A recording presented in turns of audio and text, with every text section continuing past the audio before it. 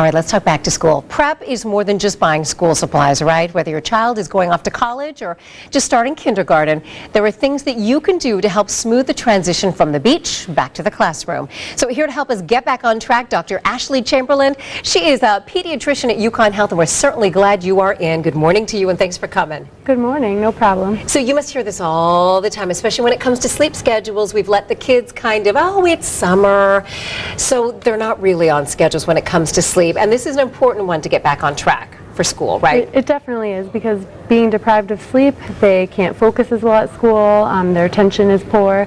So you want to kind of start now, since most kids are going back next week. That's right. Trying to get them back on a sleep schedule at their normal bedtimes, waking up at least close to their normal wake-up time, give them a little time to adjust. So if they've been going to bed at 10 and you want them to be going to bed at 8, maybe just ease back, like try 9 and then 8:45 and then 8:30.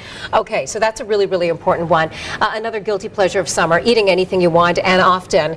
But again, the brain doesn't work well if you don't get sleep and if you don't have the right fuel with the food. Exactly. So kids need a good breakfast to get started for their day.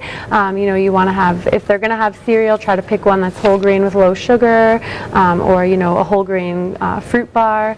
And then for lunch, you want to pack lots of healthy snacks, fruits, vegetables. What if your kids don't eat that?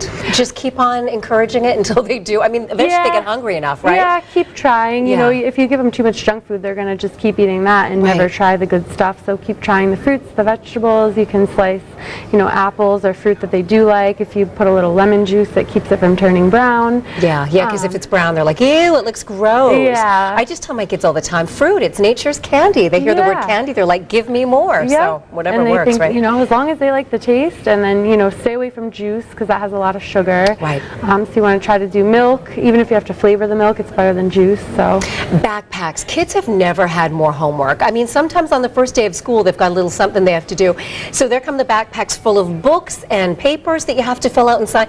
And the kids are carrying that weight. And some kids do walk to and from school or just hiking it on the bus and back. It can be heavy, and you have to be careful, right? Right. I mean, you want to try to limit it to, at the most, 10% of their body weight. So if you have a 50-pound kid, you know, you want a 5 to 10-pound backpack, which isn't very much when you think about their books. You want both straps on, thick straps. You know, if you can get them to wear the belly strap, but I don't know. But at least if they have both straps, you want to avoid the messenger bags that are hanging over one shoulder, because that can cause injuries and back pain.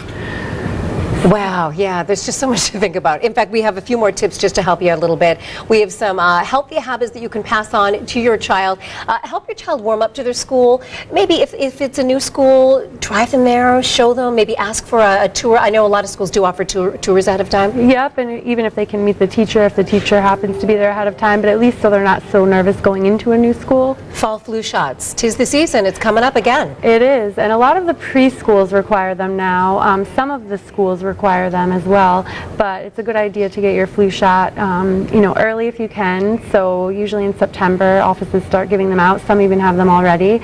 So it's a good idea to call your pediatrician's office, find out if they're going to have a flu clinic going, or if they can just come in for the flu shot. We were just talking about homework, and just very quickly, if you want your kids to do their homework, it's really important to have a good environment for them to do that. Kids always respond to a good daily schedule, so that's something to think about. But in our last 10 seconds here, scheduling is okay, just don't overschedule, right? Right, you don't want to have so many things for your kid to do that they feel overwhelmed, so you want to kind of have enough on their plate that they're not bored and playing video games, but not too much where they're overwhelmed. Dr. Chamberlain, good advice. Thanks so much, and good luck to all of you sending the kiddos back to school. We're coming right back.